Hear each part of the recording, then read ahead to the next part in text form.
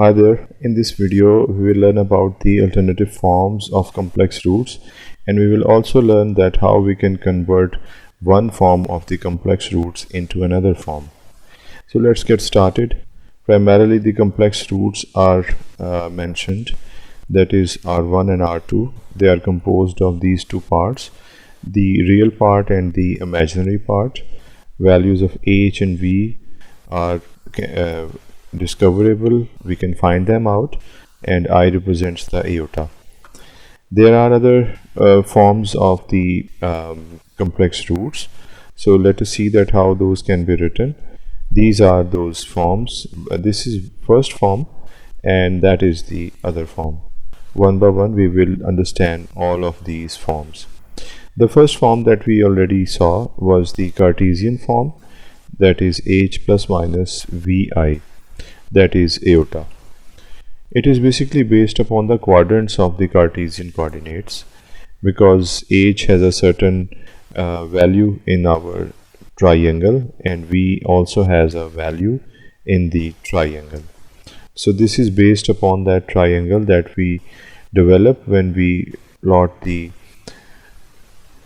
triangular function and we get a circle out of which we can extract a right triangle, considering the hypotenuse of that triangle as the radius of the overall circle. We have seen the diagram and we will see that diagram again, but right now let us see some numerical examples. This is 3/2, which is the value of h. While comparing these expressions, we find that h is equal to 3/2 and v has a value of this, that is 3 square root 3 divided by 2. This is another example in which we have the values of h and v. 4 can be multiplied and h will become 4 square root 3 and v will become 4.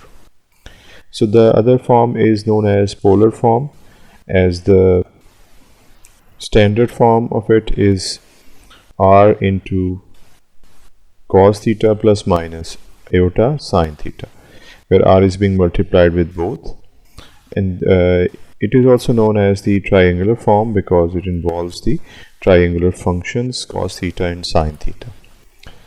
This is an example of it. 2 is being multiplied outside, which is the value of r, and cos theta it is there, iota is there, and we have sine theta. The value of theta is pi/6. Example is understood, and now we have the third form, which is known as the exponential form because it has a natural exponential function in it. As you can see, the natural exponential function, it is there. And now a couple of numerical examples for natural exponential iota pi/3. Iota pi/4 is in the natural exponent of this function, which is being multiplied with square root of 2. So in this example 4 is r, and in this example square root 2 represents r. Theta is pi/3 here, and here the value of theta is pi/4. So the three forms are now clear. There is a theorem that can be further understood if we understand these three forms. This is actually the extension of these three forms into higher powers, because here in all of these expressions we considered that the power, for example n, is 1, but now we will consider that these forms of the complex numbers will be other than 1. So in that case we will have another formation of these three forms. Let's start with the first one, Cartesian form. N is not equal to 1, so n should be written here as a whole power, and in this we can note that the whole power is appearing instead of just having h plus minus vi. Talking about the second form, which is the exponential form, n is not considered equal to 1, so we follow this standard form inside the parenthesis, but outside we introduce this power, which was previously 1 but now it is n. When we do this, definitely it can be extended to both of these elements. So r is having the power of n, and the natural exponential function is also having the power of n. Consequently, we can write them like this, and finally this will be the final form of the exponential form under the de Moivre's theorem. Then the observation in this exponential form is that r is raised to r power n, and the exponential function has been raised to the same function but with a power of n. So n is visible in those expressions.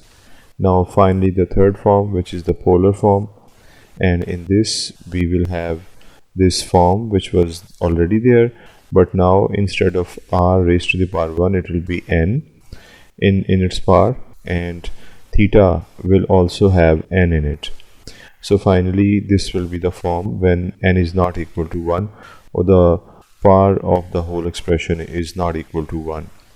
So now we can summarize all three of these in this de Moivre's theorem, and you can see that n is appearing in all three forms in different places, and this is now the polar form and exponential form and Cartesian form in de Moivre's theorem.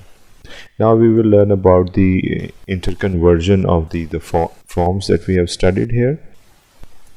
So the interconversion will be based upon the understanding of these various values. For example, we know from the trigonometric ratios that sine theta is equal to the ratio of perpendicular and hypotenuse.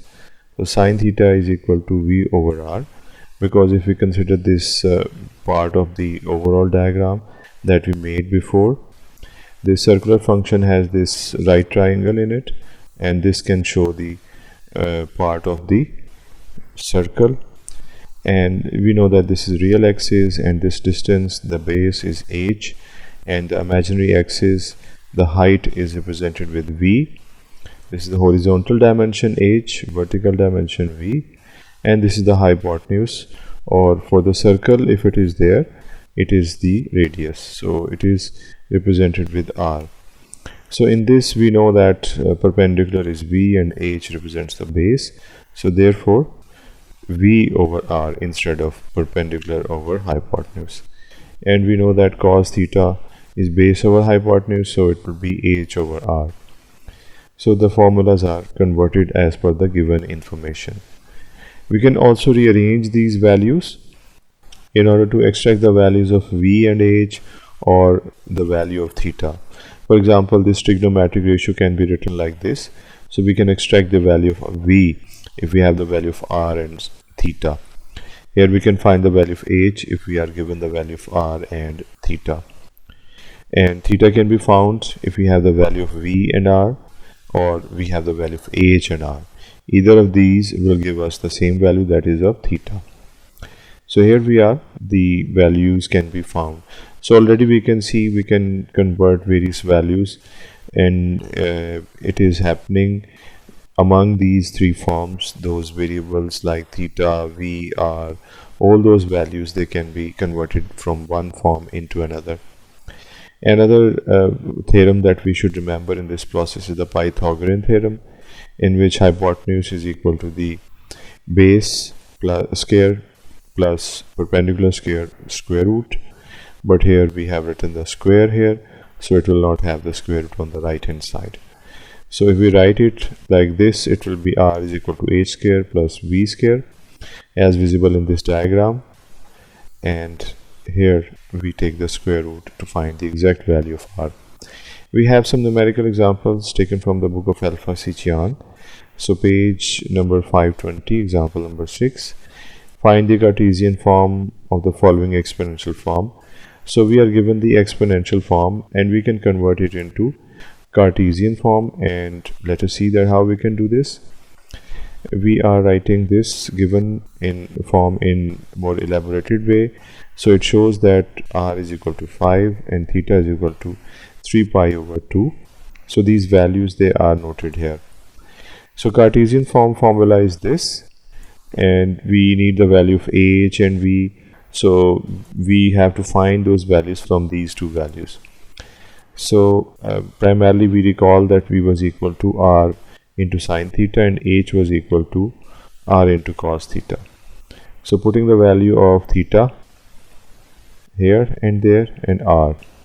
Now we can solve this expression very easily, and the final answer of v and h will be -5 and 0. So now we can put these values here and we will get the Cartesian form, and this is the substitution, finally the result. Now we can also convert it into polar form, because the polar form is like this. And here if I focus on these values, r is already there given, it was, theta is already given, so it's very easy to put the values here. As you can see, mentioned are the values, and substituting these values we get this, so it becomes the polar form. So we have converted the given form, which was exponential form, into Cartesian and polar forms. Now another example, and we are given the Cartesian form in this case, and we can convert it into exponential and the polar form. So focusing on the given information, this is h and this is v, extracting these values. For the polar form, I need r and I need theta, so they are not given, but they can be found by using h and v. So r is equal to this, h and v, the square sum, and then the square root. So r can be found easily by using the Pythagorean theorem. The value of r is equal to 2. We dispel the negative sign caused by the square root, because it is a distance and distance cannot be negative. It is the length of the hypotenuse. So r is now calculated, theta is still unknown. For that we can use this trigonometric ratio in its inverse form. So theta is equal to sine inverse of v over r, cos inverse h over r. Both of them can be used and they will give us the same answer. So substituting the values here in the squares, we have substituted the values, and after removing the squares and solving, we get the value of theta. From both it is 60 degree, either from this squared value sine inverse or this underlined value cos inverse 60. So now we have already found the value of r, and theta is also calculated. Putting these values, we will get the polar form.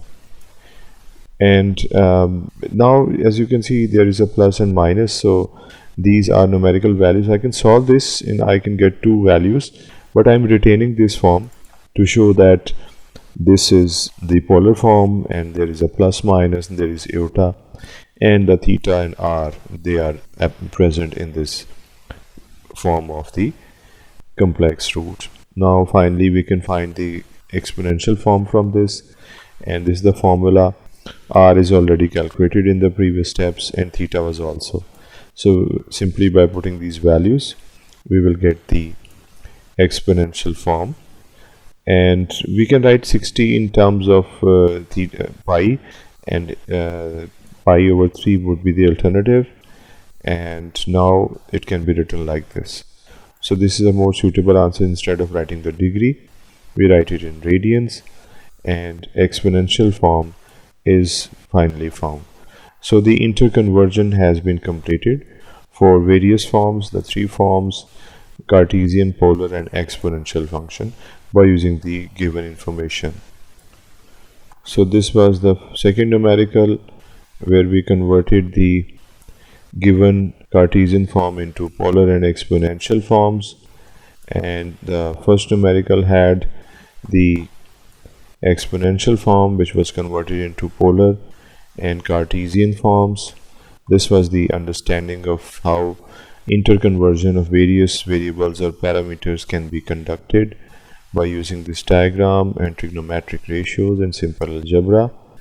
And before that, we were introduced to de Moivre's theorem, where we understood that if the whole power is not equal to 1, then these standard forms will differ a little bit, and that power will be introduced in each of these forms. And then we have the basic concept of these three forms, the introduction to the three alternatives. So this was about the alternative forms of the complex roots and their interconversion. by using the various formulas. Thank you.